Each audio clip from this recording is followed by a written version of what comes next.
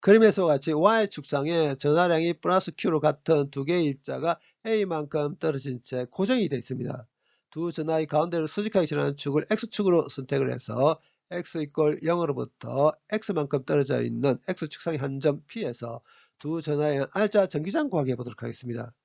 두 전하로부터 P점까지 거리는 같죠. 그 거리를 R이라고 했습니다. 그럼 이 R은 루트 X제곱 빼기 4분의 2 제곱이겠죠.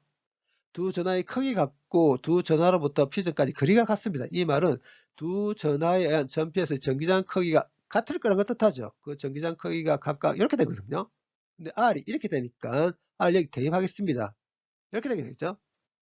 전피에서 두 전하 각각의 전기장 크기가 이렇게 됩니다.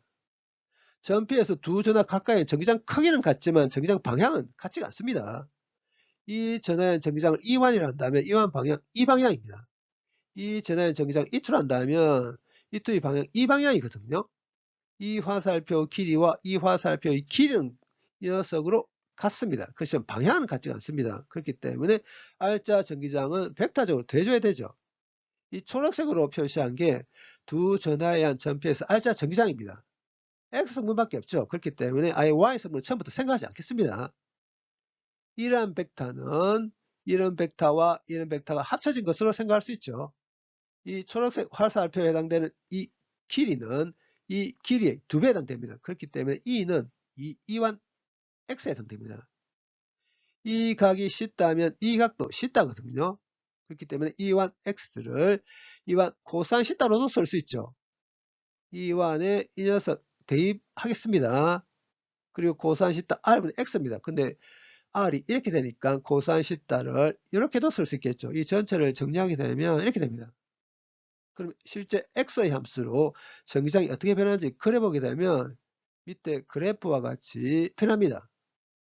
근데 이 그래프를 자세히 보게 되면 특정한 위치 X에서 전기장이 최대가 된다는 것을 알 수 있습니다. 그렇다면 X = 0으로부터 얼마만큼 떨어진 위치에서 전기장이 최대가 되는지 정확히 해보도록 하겠습니다. 이렇게 하기 위해서 이 전기장을 X로 한번 미분하겠습니다. 상수죠. 미분기호 바깥으로 빼내겠습니다. 이렇게 미분하면 됩니다.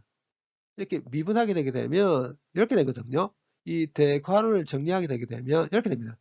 분자를 한 번 더 정리하겠습니다. 이렇게 됩니다. 전기장이 최대인 곳에서 요 기울기 0됩니다. 이 말은 전기장이 최대인 곳에서 dx분의 de가 0이 되는 걸 뜻하죠. dx분의 de가 0이 되기 위해서는 이 분자가 0이 되면 되죠. 분자가 0이 되기 위해서는 4분의 a제곱이 2x제곱과 같으면 됩니다. 결국은 x = 0으로부터 이 루트 2분의 a만큼 떨어진 곳에서 전기장이 최대가 되게 된다는 뜻합니다. 그럼 최대 전기장을 구하기 위해서 여기 있는 이 x에 이 루트 2분의 a 대입하겠습니다. 최대 전기장이 이렇게 되게 됩니다. 이제는 무한대를 기준으로 선택했을 경우에 두 전하의 전피에서의 전기 포텐셜을 정하게 해보도록 하겠습니다. 두 전하가 플러스 Q로 같고 두 전하로부터 전피까지 거리가 같죠. 이 말은 무한대를 기준으로 선택했을 경우에 두 전하 각각의 한 전피에서 전기 포텐셜이 같을 거라는 걸 뜻합니다. 무한대를 기준으로 선택했을 경우에 두 전하 각각의 한 전기 포텐셜이 이렇게 되거든요. 여기는 R에 이 녀석 대입하겠습니다. 그러면 이렇게 되겠죠. 전기장과 달리 전기 포텐셜은 스칼라형이죠. 그렇기 때문에 두 전하의 전피에서의 전기 포텐셜은 두 전하 각각에 한 전기 포텐셜을 그냥 숫자 다시 더해버리면 됩니다. 이렇게 됩니다. 이 녀석을 실제 X의 함수로 그려보면 이렇게 변하거든요. 전기장과 달리 전기 포텐셜은 X = 0에서 이렇게 벗어나게 되면 전기 포텐셜은 계속 감소합니다. 그렇다면 X가 0에서 이 루트 2분의 A 되는 위치로 변했을 때 전기 포텐셜이 얼마만큼 변하는지 델타 V 정하게 해보도록 하겠습니다. 먼저 X가 0일 때 전기 포텐셜을 정하기 위해서 여기에 X = 0 대입하겠습니다. 그러면 이렇게 되게 되겠죠. 이제는 X가 이 루트 2분의 A 되는 위치에서 전기 포텐셜을 정하기 위해서 여기 X에 이 루트 2분의 A 대입하겠습니다. 그럼 이렇게 되거든요. 정리하면 이렇게 됩니다. X가 이렇게 변한다면 전기 포텐셜이 얼마만큼 변하는지 델타 V는 VF에서 VI를 빼면 되거든요. 이렇게 됩니다. 이 녀석이 1보다 작습니다. 그렇기 때문에 실제로 마이너스입니다. 이제 플러스 소문자 Q의 전하를 갖는 입자를 하나 딱 들고 와서 x 이퀄 0으로부터 오른쪽 방향으로 살짝 떨어진 위치에 놓겠습니다. 그러면 어떤 일이 생기냐면 이 녀석은 오른쪽 방향으로 가속됩니다.